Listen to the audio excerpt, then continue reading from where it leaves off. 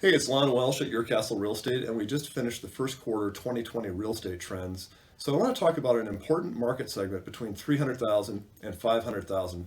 Lots of transaction volume in this segment. So usually we just look at this on a quarterly basis, but there's been so many changes recently due to COVID that we've started looking at it in a more granular sense.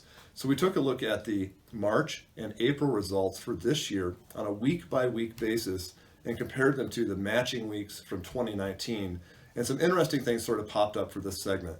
So first of all, if you take a look at the showings per active listing, the showing traffic in most of the first quarter was stronger this year than last year, but you could see on the chart that that really dropped off in about the third week of March and has been below for the last couple of weeks. We are not allowed to show homes at all now, so for several weeks of April, it'll be close to zero, but we're anticipating, based on a lot of discussions with the agents, that it's going to pop up pretty dramatically, probably above the showing traffic of last year, once we get to early May and we're allowed to go out and show the homes again. Looking at the new listings, it's a little bit surprising to see that the listings added to the market was greater this year than it was last year, and that continued actually even after COVID became a very large topic in the national media. So our guess is that some of the people that were anticipating listing their homes maybe in late April, May, or even June decided to rush their listings to market to try to get exposure for their listing before anything more serious happened, which of course it did. We did have to shut down the market. So it'll be interesting to see what happens to the number of new listings that comes available to us once this is lifted. We do anticipate there's going to be quite a lot of volume to choose from though for buyers. Looking at under contracts, that's again the dark blue line for this year, the dashed line for last year. You can see that we've had very healthy activity for putting things under contract. We looked at the stats from under 300,000. We're discussing 3 to 5. We also looked at 5 to 9 and then 900,000 and up. And this was the strongest market segment by far for new under contract activity. And I think that that's probably going to be true all the way to the moment where we weren't allowed to do showings.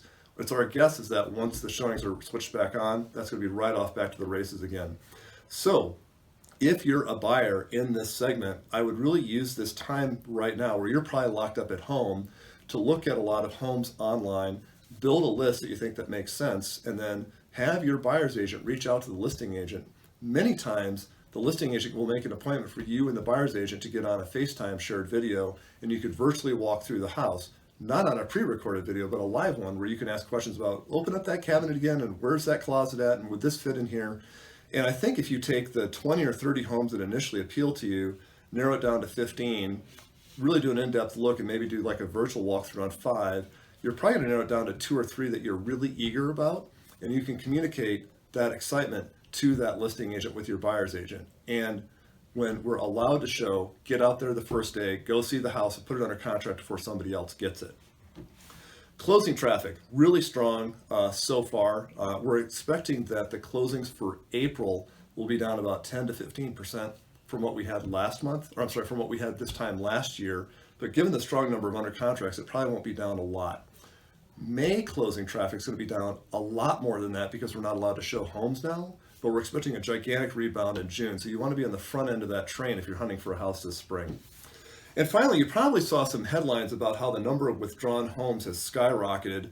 And that's true. If you take a look at this year versus last year, it is a very significant increase. However, if you look at the chart, you can see last year we had 19 withdrawn homes or 24 withdrawn homes per week, and now we're like in the 50 to 110 range. Across a market with 6,000 listings, that's not that material of a change. So I want to acknowledge the headline statistically is true, but I think it's misleading kind of how the media is taking that into account. So if you're hunting in this price range, do take advantage of this break so you kind of figure out what you want to do.